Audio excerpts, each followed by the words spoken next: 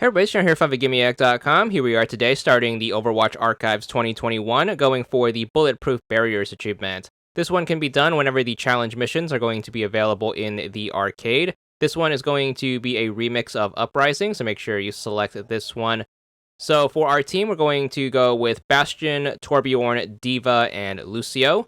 The gimmick with this one is it's basically going to be Uprising on Expert. However, any of the enemy barriers are going to be invulnerable, which means you can't break them. So that's only going to really apply to two enemy types, which are going to be the Eradicators and the Orissas. So thankfully for most of the run, it's just going to be a normal Expert run. So the beginning is going to be very straightforward. Just make sure everyone gets out of the subway station A-OK and then out onto the streets. We're going to make the push over to the first garage. All of the enemies are going to be super normal here. They're just going to be the normal enemies on expert difficulty. So nothing too bad.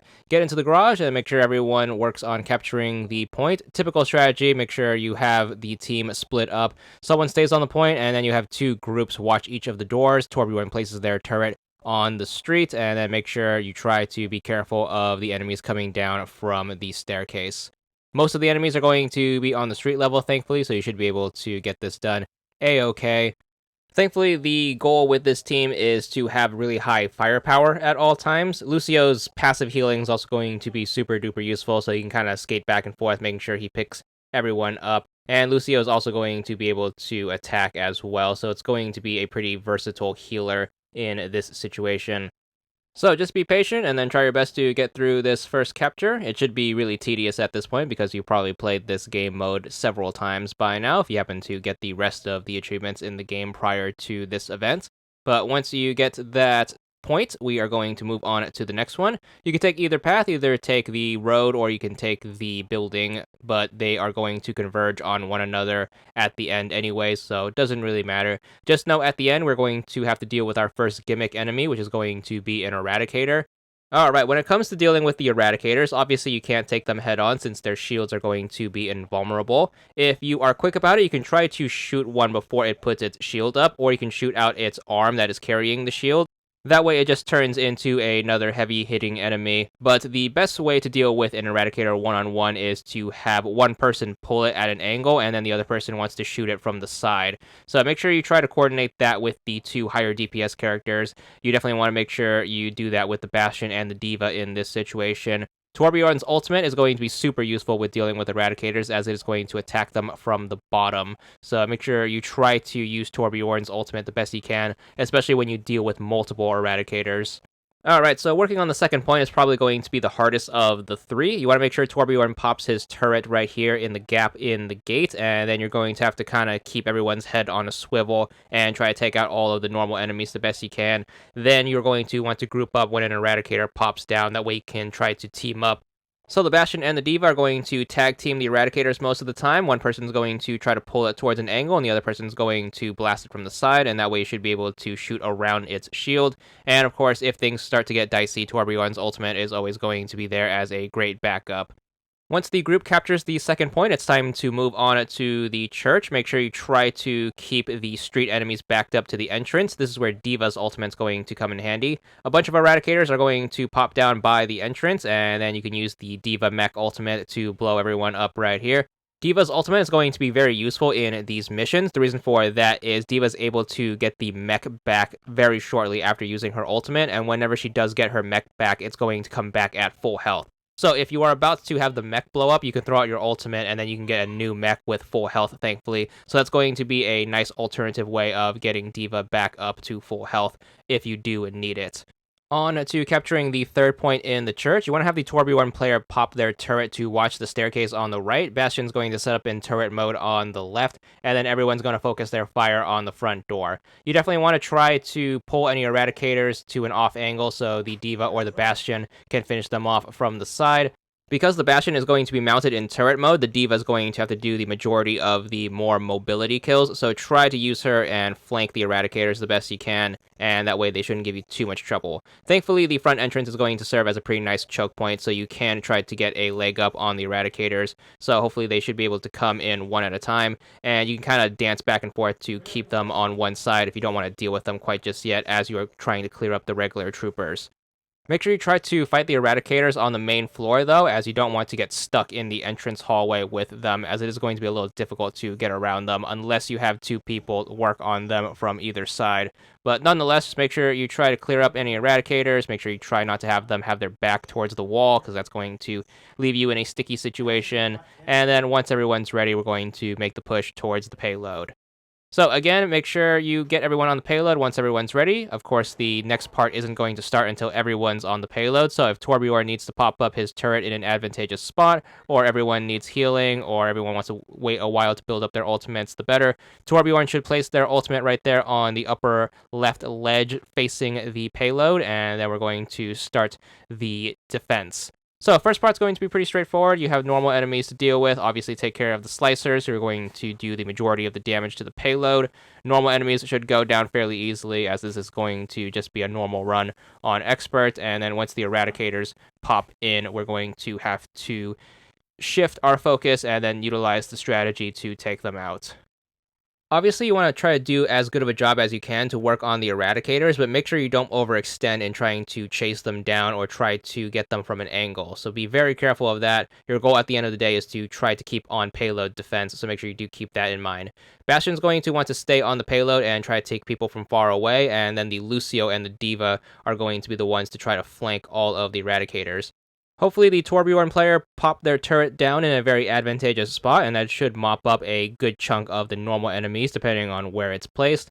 And then once we get to the 2-minute and 52 mark, we're going to have the start of all of the scripted events. So first bomb is going to pop up on the left. You can use Torbjorn's ultimate to do a significant amount of damage to it, and of course you can use Lucio's left trigger ability to push it back to buy you a little bit of time. Thankfully, Lucio's left trigger is going to have a pretty fast recharge on it, so you can do a pretty good job of keeping the bomb at bay, but the Diva and the Bastion are going to do a bulk of the work in damaging it. Make sure you take advantage of Diva's missiles. They're going to be very useful in dealing with the bombs, and then obviously watch out for any eradicators that are stacking up. Make sure you abandon an eradicator fight when a bomb does show up. So there's going to be another one at 2:32. So make sure you try not to get overly distracted with trying to pull an eradicator to an advantageous angle and then get off of it and then focus on the bombs. Thankfully, Lucio's pushback is going to allow you to get some extra time on those, so make sure you have the Lucio player kind of stay near the payload, and then we should be able to get any bombs that are going to be creeping up on us. At 1 minute and 52, we're going to have our first Bastion drop, so it's going to come from a random lane, so make sure you try to pay attention for it and then call out for it. Hopefully everything is okay, and you can take it out before it pops into turret mode, as you don't want it shredding the team apart, but it's not going to be too bad. Again, Diva's missiles are going to come in handy right here.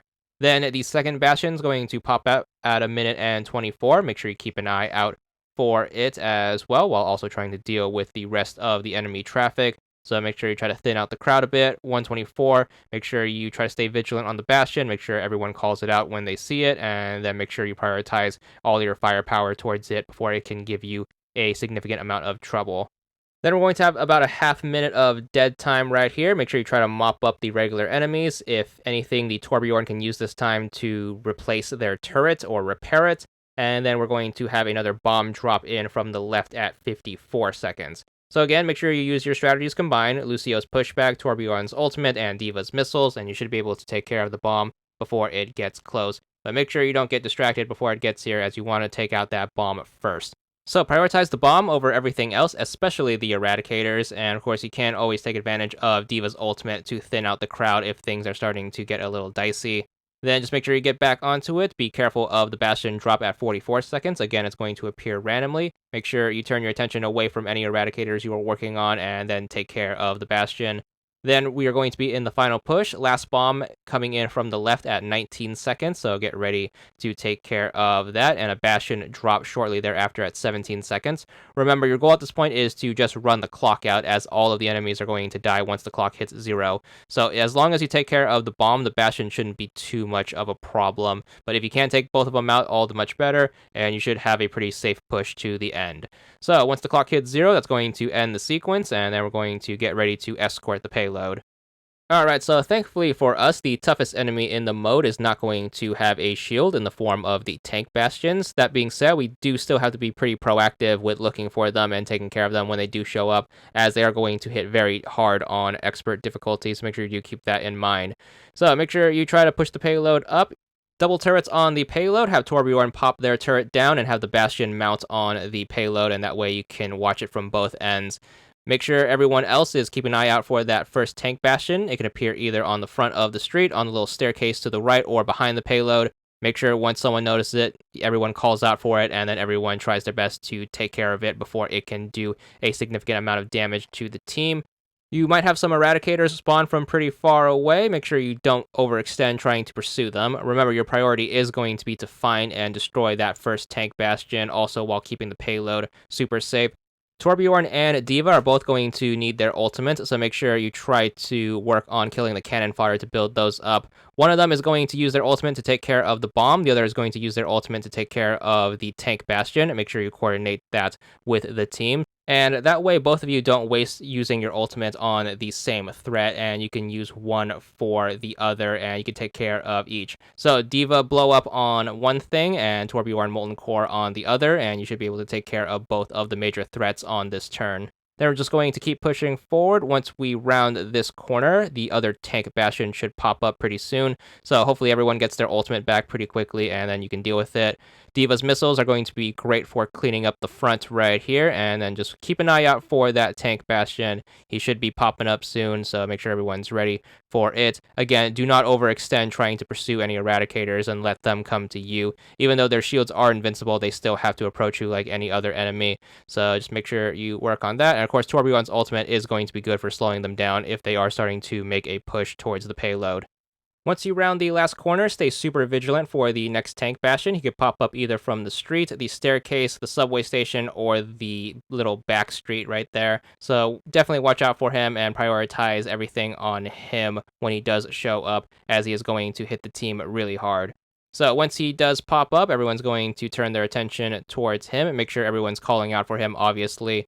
And then hopefully you should be able to clear him out easy peasy. Get the payload up to the door. Make sure you take care of any stragglers, as we don't want anyone sneaking up on us while we are making our last push into the last room. Once you get the door open, not everyone should rush inside. Torbjorn should place their turret right there in the newly created doorway. Make sure you pull the first Orisa outside, as Orisa is not going to be able to throw up her shield if you are staying outside. So you can kind of cheese her AI right here at this little sweet spot and then kill her while she's still outside. That being said, whenever you kill an Orisa, a tank bastion is going to get a spawn, so make sure you be a little careful. If the tank bastion comes from behind, that is going to give the team a lot of trouble, so everyone should watch their backs. Make sure you try to push in to the corner and then take out the first turret bastion. D.Va's defense matrix is going to be super useful right there in combination with everyone else helping out, so make sure you take care of the first turret, and that way you can kind of secure this little high ground. Watch out for the second Orisa. Orisa's barriers are also going to be invulnerable on this mode. Be very careful if that tank bastion does pop up, though, as he is going to give the team a ton of trouble. Be super careful here, as a bad tank bastion spawn can ruin everyone's day, so watch out for that. Once you take care of him, hopefully you can do your best to clear out the rest of the area. If you have a bunch of eradicators stacking up, D.Va's ultimate is also going to come in handy, because not only is it going to clear everything out for a moment, it's also going to get D.Va her health back, which is going to be super duper helpful. You can kind of hold this corner right here, but it's going to be a little difficult. Your goal is to try to flank the Orisa, so try to get an angle where you can shoot her between a gap with her shield up. Her shield isn't going to be enough to cover the whole lane, though, so make sure you try to get her to pop her shield up at a weird angle, and then you can get her from the other angle. So again, it's going to be a matter of trying to pull her away from her shield and her amplifier, and that way you can pick her off. Do feel free to use the natural environment. The forklift is also going to be really good extra cover, and of course, D.Va's defense matrix is going to give you safe passage to cross the hallways, but everyone's just going to try to get a bunch of different angles on her. Hopefully, Torbjorn gets his ultimate, and then he can use that to avoid her barrier, and that should do a significant amount of damage to her, but this second Orisa is going to be really hard to deal with on this hallway. Once you take care of her, you are going to want to, again, be light on your toes right here. Watch out for the second tank bastion Bastion that spawns. Make sure you try your best to clear out the hallway so you aren't going to be under heavy fire when he does pop up. Again, D.Va's Defense Matrix is going to be super useful, and use our good old 2 people on 1 Eradicator strategy to get that awkward angle on him. Don't push too far. You definitely don't want to go around that turn before dealing with the second Tank Bastion. When he does pop up, everyone's going to unload on him. D.Va's Defense Matrix is going to be very good in this situation, so make sure you take care of the second Tank Bastion, and then it's on to the final push. So, like the other Uprising remix missions, it's probably best to tackle this one from a distance. You definitely want to take care of the 2 turret bastions first. So the one in the little window off to the left, that one's going to be easy enough to handle from the main middle hallway right there, but make sure you do take care of that one in the back left corner. You can take advantage of the little high grounds. There's a ton of blind spots that the Orisas can't get you from, so make sure you try to take advantage of your cover right here. D.Va's Defense Matrix is going to be great for getting the team across these corridors. Try your best to take out that last turret bastion, though, as he is going to be the bulk of the damage dealing on the other side. Once he's dealt with, it's all about trying to get the Orisas at weird angles. Take advantage of everyone's ultimates right here. Torbjorn's ultimate to try to get them in the Molten Core, and D.Va's ultimate is going to do a ton of damage, so pop that down in the middle, and that should shave off a ton of their health. Get back to safety, and then just keep picking them off from a distance, shooting them between the gaps in their barriers. Once all 4 of the Orisas are taken care of, that's going to be another mission remix in the bag, and there's our achievement that goes along with it. This one is going to be for 15 gamer score, and that's all there is to it.